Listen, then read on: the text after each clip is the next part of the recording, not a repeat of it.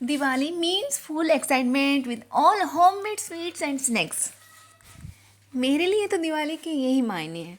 ढेर सारी मिठाइयाँ बनाना, स्नैक्स बनाना, सजावट का सामान बनाना, बस काफ़ी कुछ। क्योंकि अपने हाथों से जो चीज़ बनाई जाती है ना, उसमें स्वाद के साथ साथ शुद्धता भी होती है।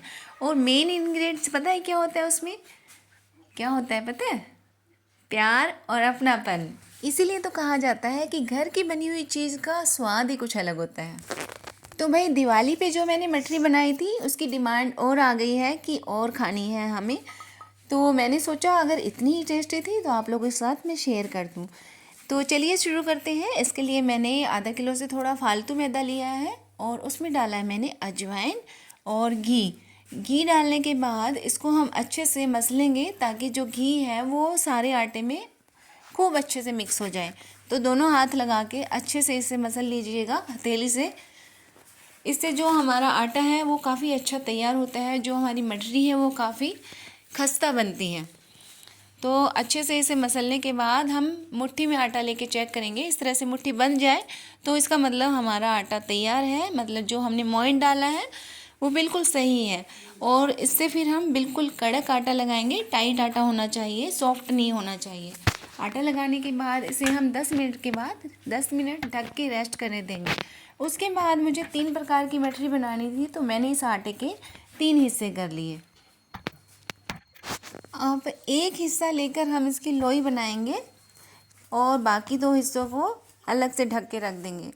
इस लोई को अब हमें इसके ऊपर बेलना है। नीचे आप चिकनाई लगा सकते हैं, वैसे लगाने की ज़रूरत नहीं होती क्योंकि आटा काफ़ी टाइट होता है और चिपकने के कोई चांस नहीं होते इसमें। तो बड़ी सी रोटी बनाएंगे इससे हम। रोटी की थिकनेस हमें देख लेनी है क्योंकि हम सबसे पहले मठरी बना रहे हैं काजू वाली, काजू मठरी। तो काजू थोड़े मोटे होते हैं। और अब इसे बनाने के लिए हम कोई भी दवाई का ढक्कन लेंगे। दवाई का ढक्कन मतलब दवाई की जो बोतल होती है उसके ऊपर जो ढक्कन लगा होता है, सभी के घरों में मिल जाएगा ये। और उसके बाद फिर हमें इस तरह से उसे हाफ सर्कल में कट करना है। तो ये बिल्कुल काजू की शेप में कटता चला जाएगा, आप देख रहे हैं।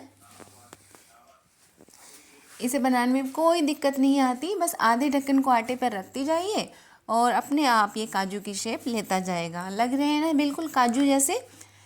और इसे बनाने में बड़ा मज़ा आता है क्योंकि ये जल्दी जल्दी कटता चला जाता है और इसकी शेप बिल्कुल भी ख़राब नहीं होती। इसे आप आराम से बना सकते हैं, बल्कि कोई बच्चा भी आपकी हेल्प कर सकता है इस काम में। तो और काफ़ी खुशी मिलती है काजू बनते हुए देख के कि बिल्कुल ये रियल काजू जैसे लगते हैं। और देखिए मिनटों में ये हमारे काजू तैयार हो गए हैं और इनकी शेप बिल्कुल काजू जैसी है। बीच में जो काजू में पार्टिशन सा होता है बिल्कुल वो ही आता है इसमें भी। दूर से देखने पे कोई कह ही नहीं सकता कि ये मैदा के बने हुए हैं। तो ये हमारे काजू बनके तैयार हो गए हैं। अब इनको हम फ्राई कर लेंगे। फ्राई करने के लिए मैंने तेल को पहले ही गैस पे रख दिया था ताकि काजू बनाते बनाते आराम से गर्म हो जाए। और देखिए हमारा तेल गर्म हो चुका है। ज़्यादा तेज़ आंच पे नहीं करना है, हम इसे मीडियम आंच पे करेंगे और धीरे धीरे से पकने देंगे। यदि आप तेज़ आंच पे करेंगे तो ऊपर से ये जल जाएंगे और अंदर से कच्चे रह जाएंगे। तो हमने काजू तैयार कर दिए हैं, वो गैस पे जब तक फ्राई होते हैं तब तक अपना अगला आटा तैयार कर लेते हैं। इसकी भी हमें रोटी बनानी है, एक बड़ी सी रोटी बनाएंगे। और इस बार इसकी जो थिकनेस है वो बिल्कुल पतली रखनी है। जितना आप पतला बेल सकते हैं ना उतनी पतली हमें ये रोटी बनानी है। ये लगा लो अपना पूरा जोर लगा देना है इसे पतला करने पे। जैसे पापड़ होता है ना, बिल्कुल पापड़ की तरह, पापड़ से भी पतला अगर बेल सकते हो तो भी चलेगा। क्योंकि इस बार हम मटर वाली मट्ठी बना रहे हैं और इसमें जितना पतला होगा उतनी ये खस्ता बनेगी, खाने में काफ़ी टेस्टी होगी, बिल्कुल सॉफ्ट बनेगी। और तो चलिए ये रोटी तो हमने बेल ली है, अब अपने काजू चेक कर लेते हैं। काजू भी हमारे पक गए हैं, अब इनको निकाल लेते हैं हम। और उससे पहले मैं आपको इसकी थिकनेस दिखा देती हूँ। ये बिल्कुल पतली है देखिए। और हमने आटा टाइट लगाया है तो बिल्कुल भी ये चिपकती नहीं है। आप जितना चाहे पतला बना सकते हैं।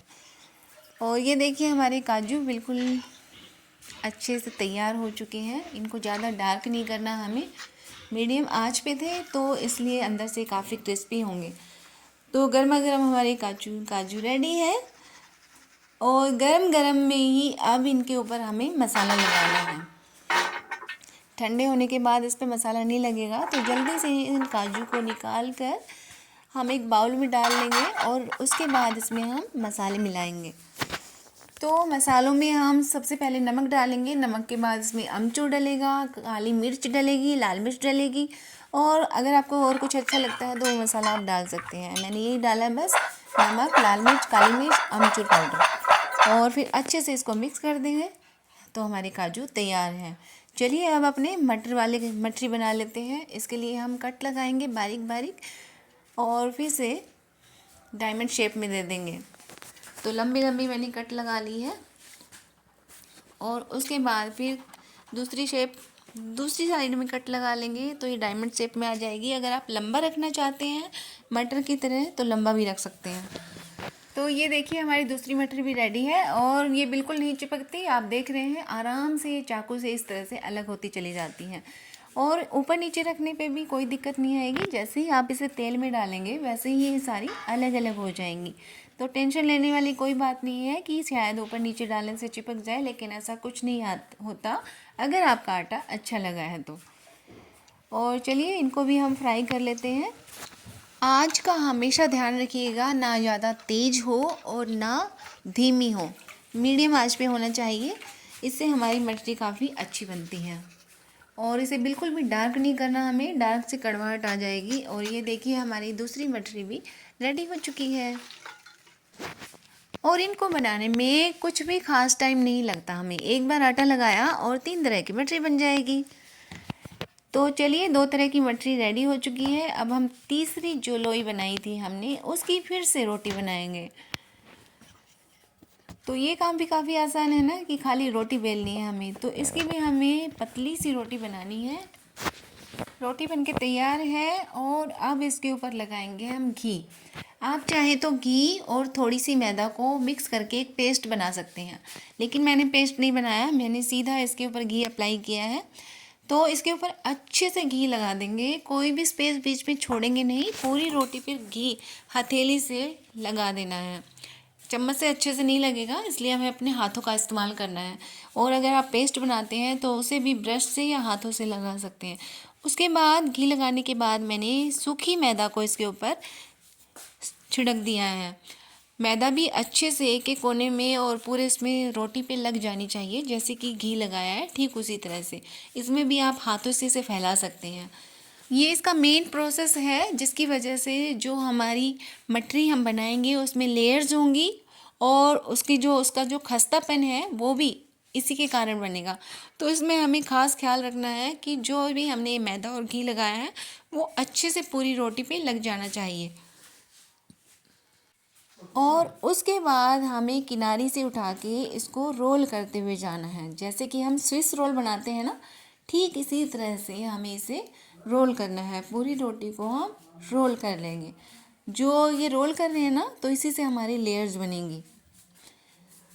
और रोल करने के बाद फिर हमें इसके साइज को बढ़ाना है हथेलियों से मसल मसल के। जितना हम हथेलियों को चलाते जाएंगे ना, इसका साइज धीरे धीरे बढ़ता चला जाएगा।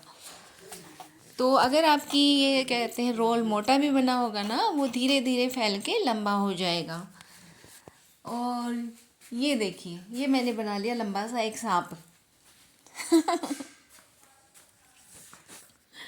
और इस तरह से इसमें लेयर्स बनेंगी। तो ये हमारा लंबा सांप रेडी हो चुका है। अब इसको हम बहुत ही आसानी से कट करेंगे। इसे बनाने में मुझे बड़ा मज़ा आया कि कुछ भी हमें अलग से लोई वगैरह नहीं बनानी पड़ी, बस इसको कट किया, इसकी लेयर सारी अलग अलग दिख रही थी और फिर बस हाथों से चपटा करके और एक बेलन मारा और फिर तैयार हो गई। और ये देखिए, इनको आराम से हम अलग कर सकते हैं। ये चाकू से कट लगाया था और ये आराम से अलग अलग हो रही है और इनकी लेयर्स आप देख सकते हैं किस तरह से बिल्कुल अलग अलग दिखाई दे रही हैं। इनकी जो लेयर्स होती हैं इसकी वजह से हमारी जो मठरी होती है ये कुछ अलग बनती है, बिल्कुल खस्ता क्रिस्पी बनती हैं। तो इस तरह से हम एक एक मठरी को लेंगे और बस हल्का सा बेलन लगाएंगे। इसकी जो किनारी है वो थोड़ी पतली होनी चाहिए, उसको मोटा नहीं रखेंगे। तो किनारियों पे हम बेलन अच्छे से लगा देंगे और ये देखिए हमारी मटरी बनके रेडी हो चुकी है। इसके ऊपर मैंने थोड़ी दरदरी कुटी हुई काली मिर्च और लगा दी है, जिससे कि टेस्ट और अच्छा हो जाएगा। अगर आप चाहें तो इसे गरम गरम जैसे हमने काजू को किया था ना, ठीक वैसे इसके ऊपर मसाले लगा सकते हैं। लेकिन नमक तो ऑलरेडी था ही, मैंने इसके ऊपर काली मिर्च और डाल दी है। और अब इसे हम फ्राई कर लेते हैं। इसमें आप देख सकते हैं हमारी जो लेयर्स हैं वो अलग अलग दिखाई देने लग रही हैं। तो इस तरह से हमारी मटरी बनके रेडी हो चुकी है। और ये देखिए हमारी तीनों मटरियाँ तैयार हैं। कुछ टाइम नहीं लगा इसमें, और अपने हाथों का जो जादू है, उसका जो स्वाद है, उसकी बात ही अलग होती है। तो देखा आपने कितनी आसानी से हमने एक ही आटे से 3 प्रकार की मटरी बना ली है, और खाने में बहुत ही टेस्टी है। आप इन्हें स्टोर करके रख सकते हैं। तो उम्मीद करती हूँ आज की वीडियो आपको अच्छी लगी होगी। अच्छी लगी हो तो लाइक और कमेंट करना ना भूलें। मेरे चैनल पर नए हैं तो सब्सक्राइब करना ना भूलें। मिलती हूँ अगली वीडियो में, तब तक के लिए टाटा बाय बाय। ये मट्ठी बनाइए और एंजॉय कीजिए।